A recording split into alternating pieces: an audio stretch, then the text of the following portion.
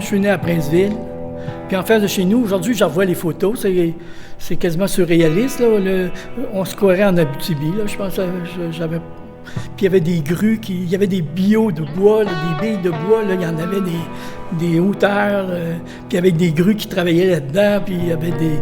C'était toujours arrosé. Ça, c'était vraiment le paysage. Ça, c'était le voisin d'en face, en fin de compte. C'était vraiment en avant.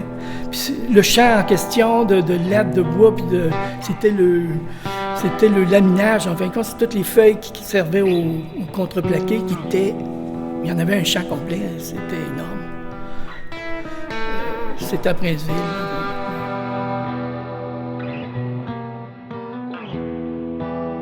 Bon, c'est parti assez jeune. Je dirais que je suis né artiste. Dans le sens que très jeune, j'avais le goût de création.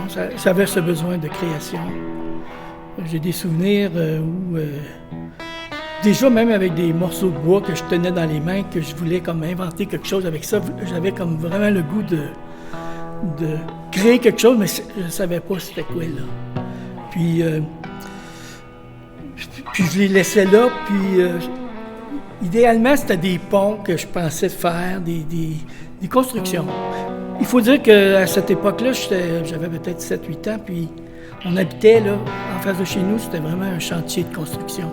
On pouvait jouer dans un champ qui est quasiment surréaliste, dans le sens qu'on montait dans ce champ-là, puis c'était juste du bois, puis il y en avait 5 pieds de haut de bois. C'était juste des lattes de bois même. Puis il y avait comme des trous, il y avait des escaliers là-dedans, il y avait comme un environnement qui était... on se créait on avait des abris là-dedans, on avait des camps là-dedans. Puis c'était un champ, il était vallonneux, ça ressemblait à l'océan aussi. C'était comme moi, je me voyais comme un capitaine de bateau. On se promenait, on avait l'impression d'être sur l'océan, que j'avais peut-être même pas déjà, peut-être pas vu encore.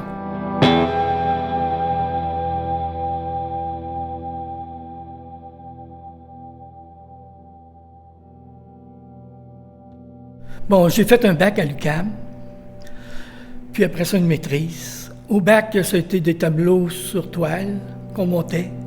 Il faut dire qu'à un moment donné, j'ai senti, un petit peu plus tard, après le bac même peut-être, là, j'ai senti d'être... tu sais, la création, là, il fallait que ça commence tout de suite. Monter des toiles, ça prend... Il faut que quasiment tu y penses, tu vas acheter le bois, tu montes une toile. Il y a comme une espèce de technique là, que je voulais comme passer outre.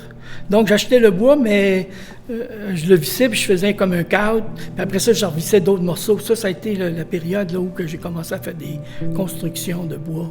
Autrement dit, j'ai laissé un peu tomber le processus dans mes textes, souvent je dis, bon, mon tableau commence tout de suite en faisant le châssis, en fin de compte.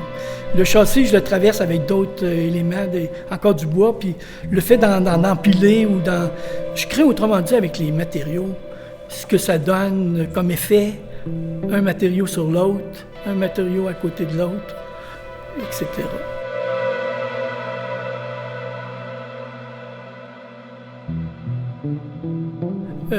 J'avais Pierre Ayotte comme directeur de maîtrise, il passe chez nous, puis il me fait une référence comme avec Frank Stella.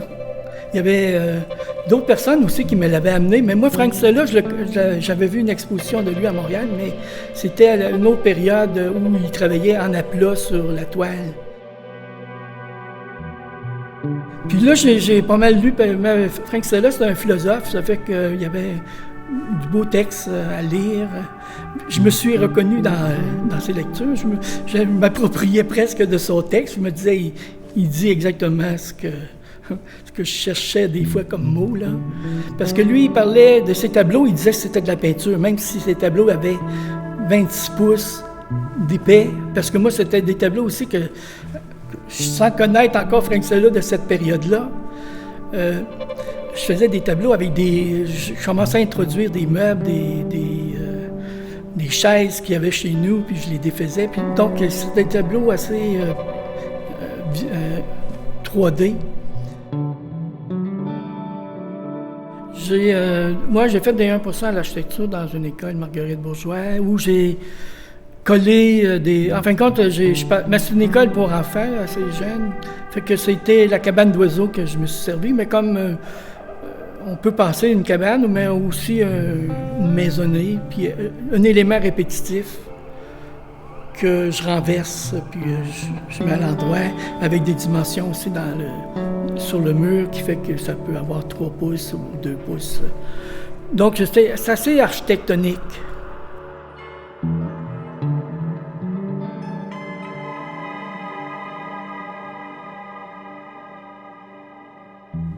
Ça me dérangeait. Ça, les tramés, je les faisais sur la table de cuisine. Ça fait que je me suis mis à mettre du papier journal, puis je me suis dit, même si le papier journal est collé, c'est ça, je me suis mis à le déchirer, puis ça créait les formes.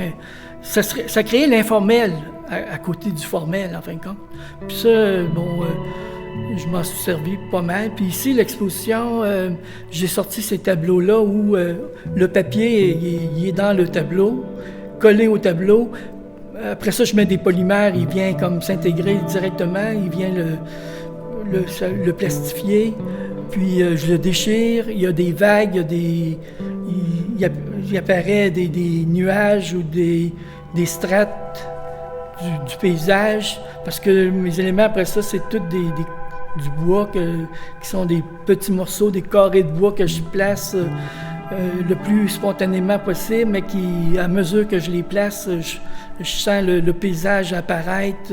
Des fois, ça prend juste 2 éléments, puis je vois comme la maison sur l'île.